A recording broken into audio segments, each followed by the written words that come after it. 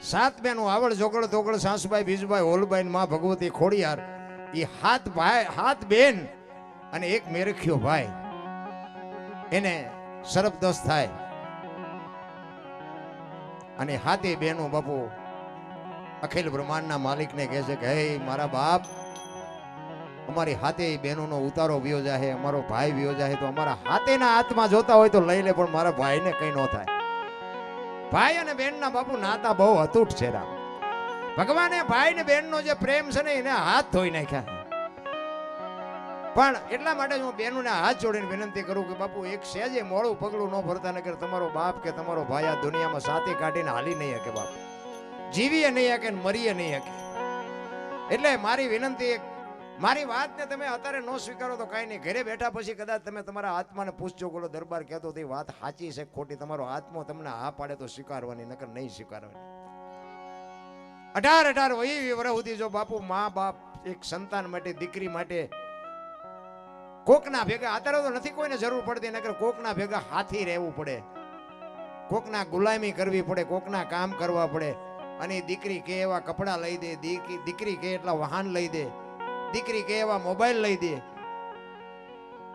અને એવડો ઉછેર કર્યા પછી બાપુ ગમે એના ભેગી બાપુ એ દીકરી જદી હાલતી થઈ હતી મા બાપને કાળજામાંથી શું વીતતી છે. હું ના પાડું છું, તમે જિંદગીમાં બાપુ કોઈથી સુખી નહીં થઈ શકો. માન બાપના કાળજા જીધી બાળ્યા તેથી આ દુનિયામાં બાપુ આ માં ભગવતી ખોડિયારે તમારી આંગળી ન પકડે એ આપણી ગેરંટી. માના બાપના કાળજા ઠારો જો વિધિના ચકડા ફરી ન જાય તો હું ભજન ગાવાનું બંધ કરી દઉં. માન બાપને પૂછીને કરો, જે કઈ કરો ને તમને મોજ આવતી હોય કરો, પણ મા બાપને પૂછો. તમે ન પૂછી શકો તો બેનપણી દ્વારા પૂછાવરાવો, ભાભી દ્વારા પૂછાવરાવો, પણ પૂછ્યા પહેલા બાપુ તમે એમનેમ પગલું ન ભરો. એવા બાપુ એવા કાંઈક મા બાપને મેં કળકળતા જોયા છે, આપણો આમ આત્મો રોવે કે હા હા હા આમને જાવું ક્યાં આવે. બહુ મોટી દુઃખની વાત છે આ. કઈ હું કહીશ ને દુનિયા સુધરી જશે એવી કોઈ વાત નથી, પણ મેં હમણાં કીધું એમ એક તમારી મારી ગમે એની દીકરી હોય, દીકરી તો દીકરી છે બાપુ. હું તો એમ કહું સમર્પણની મૂર્તિ છે બાપુ, મમતાનો મહાસાગર કહેવાય દીકરી તો.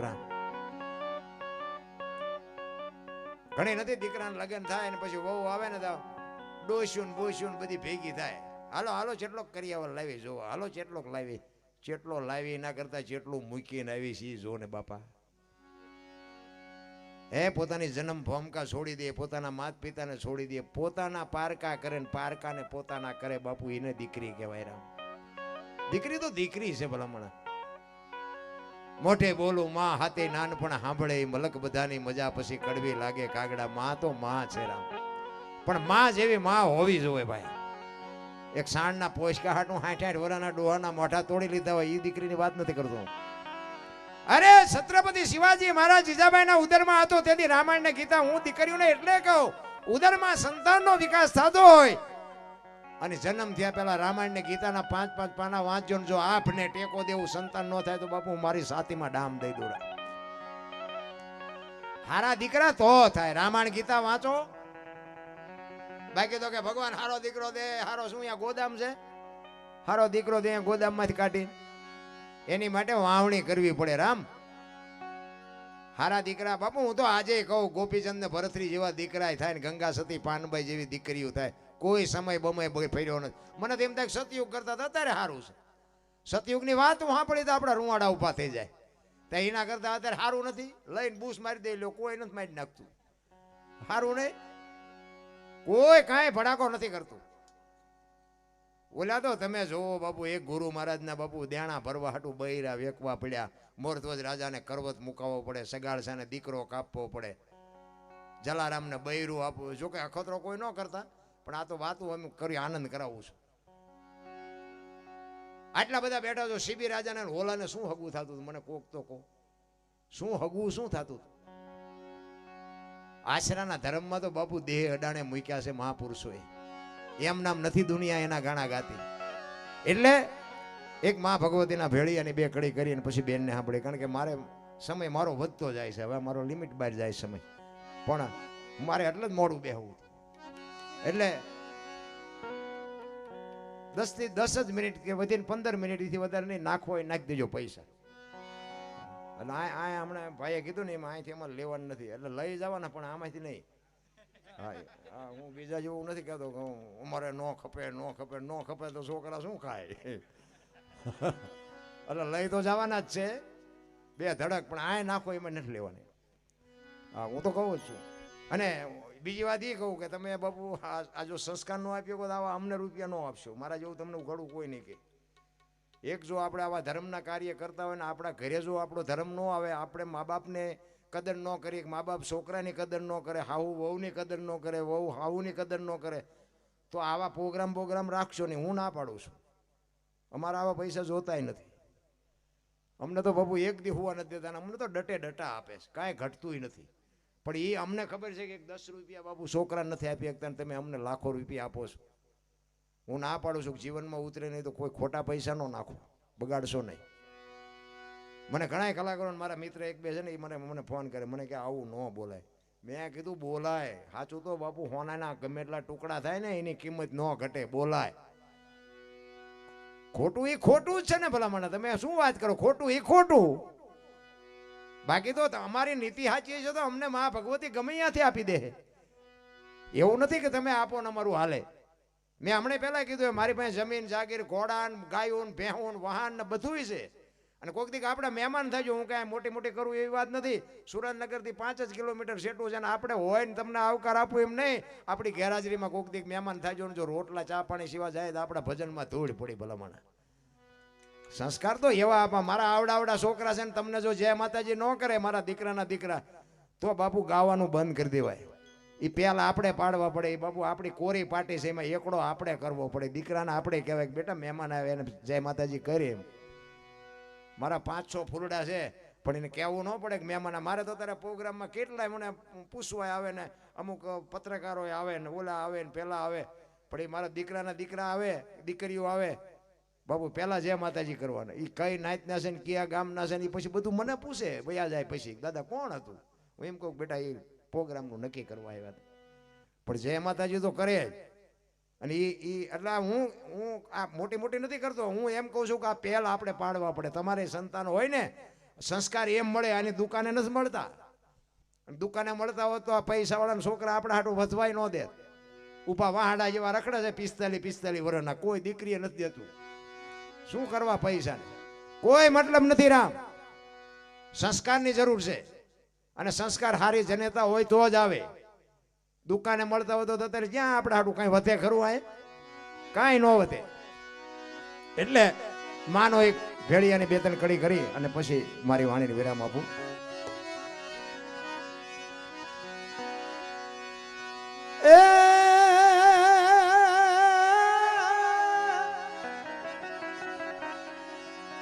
મળ્યામાં તું જોગણી અનમાડી જપે તિહારો એ માડી અખંડ ને તારા દીવાવળે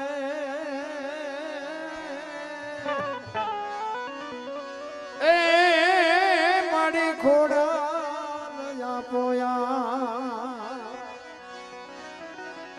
આજ માડી ભલે એવો ઢાણે માડી તમે ભલે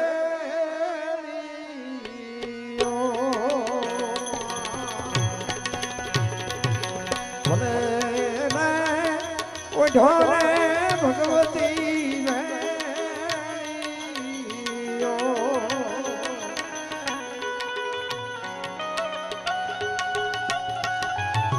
જય હો જય હો.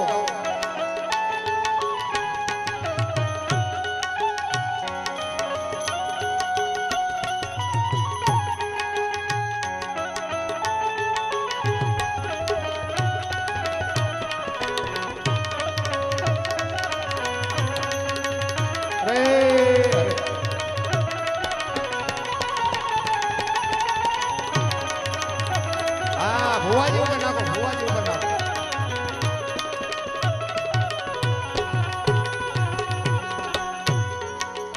મારી તારા ભેળિયામાં એ ઉજળું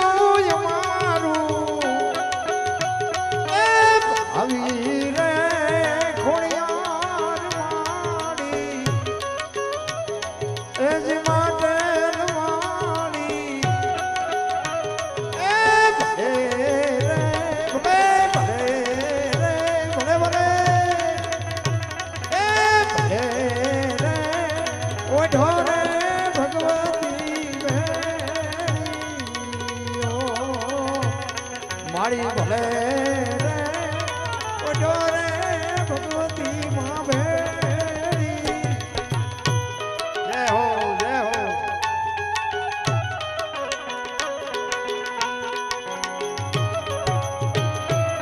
જય હો માં ભગવતી જય હો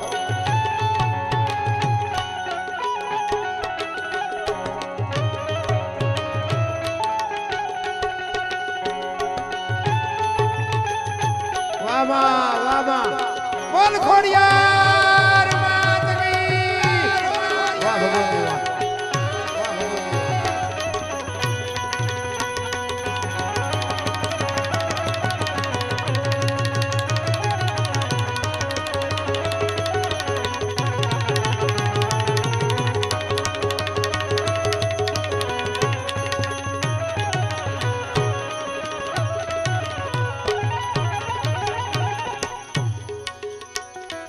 મારી વિષ્ણુ જય વણોને બ્રહ્માએ પીજીઓ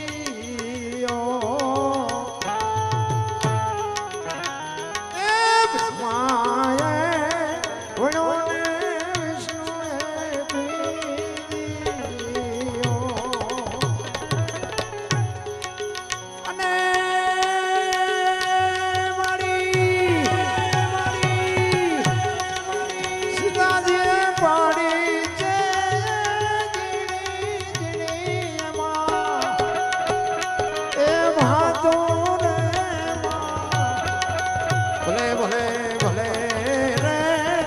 ઢોરે ભગવતી માં ભેળી મણી ભેળી એ ઉજળું મારું ભાવી રે ભગવતી ખોળ એ માટે મારી રાજપરા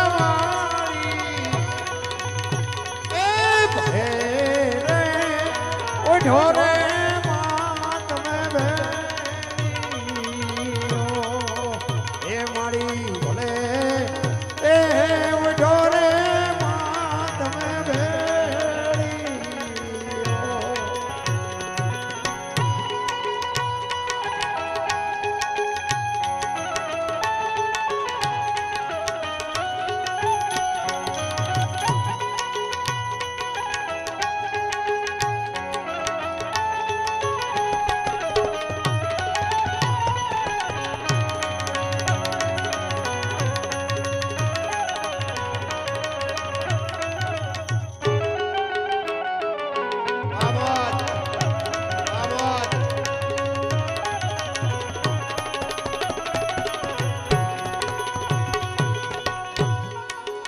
મારી તારા ભીડી જામાં ચાંદો ને સૂરજ કંડા મારી તારા ભીડી જામાં સૂરજ ને કંડારીઓ મારી